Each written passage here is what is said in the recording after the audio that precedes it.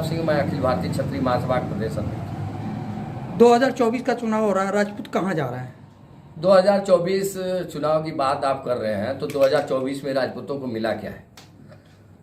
10 साल से राजपूत समाज एक बग्गा भाजपा को वोट दे रहा है, लेकिन हमको हिस्सेदारी क्या मिल रही? हम इस देश में सरकार के ही मानक के अनुसार 60% है, तो 60% के 554 सीटों के अनुसार हमको कितने सीटें मिल रही है, मैं पूछना चाहता हूं सरकार से। तो मैं राजपूत समाज से यही कहूंगा कि आपने अपने हक अधिकार की लड़ाई के लिए आप आवाज़ उठाइए, चाहे किसी की भी सरकार हो, उससे अपने हक अधिकार मांगने का आपका हक है। और राजपूत समाज, हमको लग रहा है कि जहाँ जहाँ राजपूत लड़ेगा उसके साथ खड़ा होने का काम करेंगे। राजपूत इस देश के लिए मरा है, देश के लिए जिया है और जिएगा, लेकिन हक अधिकार उसको भी तो मिलना चाहिए ना भाई। हम वोट देने के लिए थोड़ी ना पैदा है कि हम वोट देते रहे हर साल आपको। हम तो, हमारा प्रश्न करने का अधिकार है। तो मेरा मोदी जी सरकार से निवेदन है कि मेरे प्रश्नों का उत्तर दीजिए, मुझे हक अधिकार इस लोकसभा में आप कितना हमारे समाज के लोगों को हिस्सेदारी दे रहे हैं, मेरा प्रश्न यह है। मेरा प्रश्न ये है कि तमाम देशों में, देश के कोने कोने में, उत्तराखंड, छत्तीसगढ़, राजस्थान, गुजरात, तमाम प्रदेशों में राजपूत बहुल है, लेकिन आपने एक सीट देने का काम नहीं किया। क्यों? क्या राजपूत समाज चुप बैठा है? राजपूत समाज भी समझ रहा है, सोच रहा है, क्योंकि आपके मार्फत आपको खुद पता होगा कि इस पूर्वांचल का कोई ऐसा जिला नहीं जहां हमने जाने का काम अपने समाज के लिए नहीं किया है। तो मेरा समाज कह रहा है कि पूछा जाए कि हमें भी हिस्सा क्यों नहीं मिल रहा है। जहां छत्तीसगढ़ में राजपूत होते थे मुख्यमंत्री, राजस्थान में राजपूत होते थे, मध्य प्रदेश, गुजरात, तमाम, लेकिन आज एक टिकट लोकसभा के लिए तरस रहे हैं। जहां तक मुझे पता है कि राजस्थान में 1 सीटें दी गई है, वही हाल आप यूपी में आ जाइए। राजपूत की बात करते हैं, सरकार कहती है कि मुख्यमंत्री हमने राजपूत को दिया है। चलिए मानते हैं राजपूत को दिया है, लेकिन माननीय योगी जी के आड़ में सारे राजपूतों को आप किनारे कट रहे हैं। और जो मोदी जी के बातों को उल्लंघन कर रहा है, मोदी जी को सपोर्ट नहीं कर रहा है, आप जेल भेजने का काम कर रहे हैं। ऐसे हम लोग कतई पसंद नहीं करेंगे।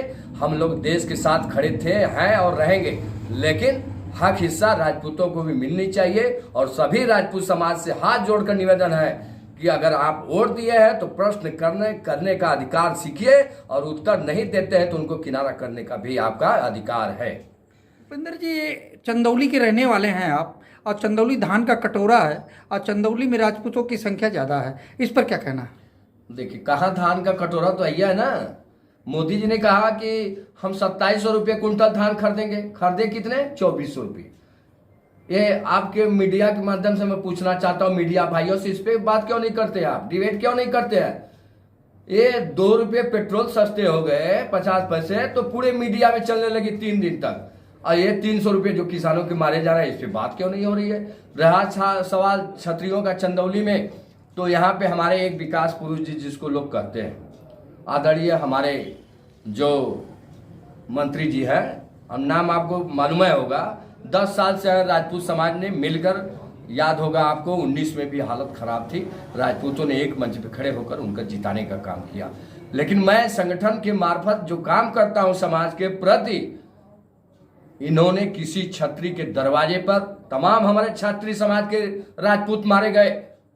आप खुद बताना नहीं है, आपको मालूम है इन्होंने किस राजपूत के दरवाजे पे जाने का काम किया, कैसा विकास। कुछ लोग कहते हैं कि विकास पुरुष है, मैं कैसे मान लूं विकास पुरुष है? भाई, आप भारी उद्योग मंत्री है, भारी उद्योग में इंडस्ट्री आती है, बेरोजगारों को रोजगार मिलती है, विद्यालय बनते हैं, हमको बताइए क्या किए हैं आप? नितिन गडकरी जी, जो पूरे देश में चाहे सरकार रही हो या न रही हो, वहां भी वो काम करने का काम करते हैं। ऐसे मंत्री को मैं वंदन अभिनंदन करता हूँ। रेलवे मंत्री जी को वंदन अभिनंदन करता हूँ, लेकिन भारी उद्योग मंत्री जी एक को काम नहीं किया है चंदौली में, एक काम। लेकिन मैं दावे के साथ कहता हूँ कि 14 से पहले यहाँ जातिवाद नहीं था, इनके आने के बाद ठाकुर ब्राह्मण हो गया है। इनका सबसे ब्राह्मण हमारे खराब नहीं है, हमारे आराध्य हैं और रहेंगे, लेकिन आपने इन 2 जातियों को बांटने का काम किया। इसके लिए मैं कहना चाहता हूँ आपके मार्फत से, हमारे पास भी फोन आया था पीएमओ ऑफिस से कि ऐसा क्यों हो रहा। हमने कहा कि आप गलत प्रत्याशी उतार दिए हैं। हम भाजपा के विरोधी नहीं है, हम भी भाजपा का सपोर्ट करते हैं, हमने वोट देने का काम किया है, माननीय मंत्री जी को पता होगा कि भूपेंद्र पहला ऐसा राजपूत था जो चंदौली में आपको लाने का काम 14 में किया था, लेकिन क्यों विरोध कर रहा है? क्यों मेरा समाज आपका पोस्टर लगा रहा है? और विरोधी कहते हैं कि विरोध करने वाले पोस्टर नहीं, क्षत्रिय समाज लगा रहा है आपका, जो आपको वोट दिया है। इस पे मनन करने का आप काम करिए गुरुजी।